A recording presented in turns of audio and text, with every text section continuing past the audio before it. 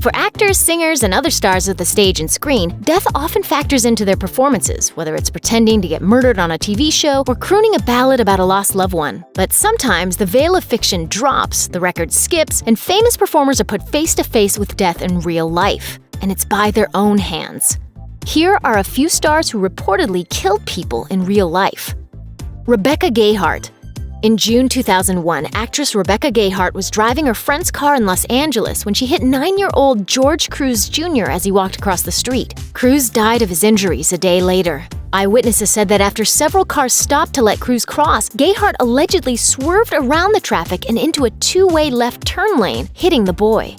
Gayheart pleaded no contest to misdemeanor vehicular manslaughter and was sentenced to 3 years probation, a 1-year suspension of her license, a $2,800 fine, and 750 hours of community service. Gayheart also settled a wrongful death civil suit filed for an undisclosed amount. In May 2005, she told People that it took her years to cope with that tragic day. She claims she, quote, couldn't really function for a while and eventually turned to therapy to try to rebuild her life. Lane Garrison. In 2006, actor Lane Garrison's career prospects were looking good. He had a recurring role on Prison Break as Tweener, as well as a small part in the Mark Wahlberg action drama Shooter. But on December 2, 2006, the 26-year-old star decided to party with some teens he met in a grocery store parking lot, and everything went sideways. Garrison was driving the teens back to the parking lot after attending a party when he lost control of his Land Rover and hit a tree. 17-year-old passenger Vahan Setian was rushed to the hospital but did not survive. At the time of the crash, Garrison's blood alcohol level was 0.20, and police reported that he had, quote, an undisclosed amount of cocaine in his system. Garrison pleaded guilty to vehicular manslaughter without gross negligence and 2 other alcohol-related charges. He was sentenced to 40 months in prison. Not a day has gone by that I've not thought about that young man and not thought about all that I've been through. And that's why I'm so blessed to be sitting on this couch and getting a second chance. Keith Moon.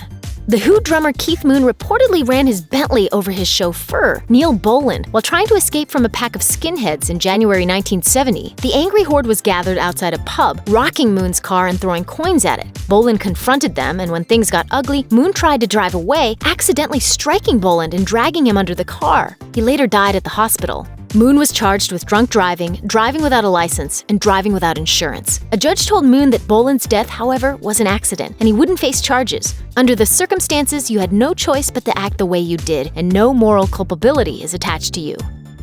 Gig Young.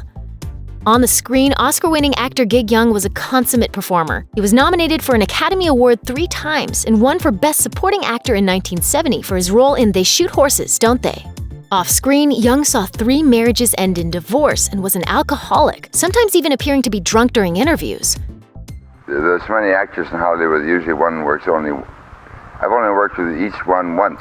In 1978, Young's troubles came to a head when just 3 weeks after marrying German actress Kim Schmidt, police say he shot and killed her, then turned the gun on himself. Longtime agent and friend Martin Baum, to whom Young willed almost his entire estate, later said, "He seemed like a man who had everything going for him.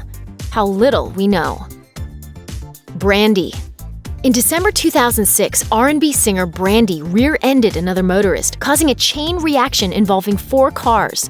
A 38-year-old mother of 2, Awatef Abudahaj, died as a result of major injuries sustained during the crash. After a year-long investigation, prosecutors determined there was insufficient evidence to charge Brandy with vehicular manslaughter. The singer settled with Abudahaj's husband for an undisclosed amount and paid $300,000 each to his 2 sons, who were in the vehicle with their mom at the time of the accident. Speaking with Oprah Winfrey in 2014, Brandy said the tragedy renewed her faith in God because she had no one else to turn to. I don't think that's something I could ever get over or ever truly understand. But that was one of the worst times in my life.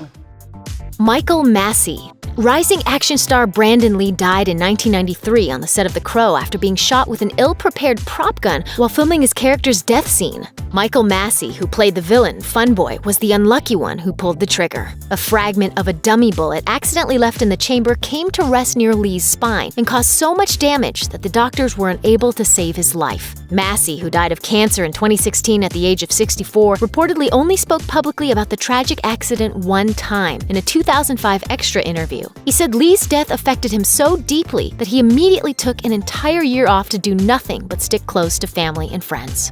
I don't think you ever get over something like that and say, no, I've gone through it a lot and things keep changing. And you just keep on going, you know, life is extraordinary and very resilient, you know, and you take the good where you see it. Thanks for watching. Click the Nicki Swift icon to subscribe to our YouTube channel. Plus, check out all this cool stuff we know you'll love too.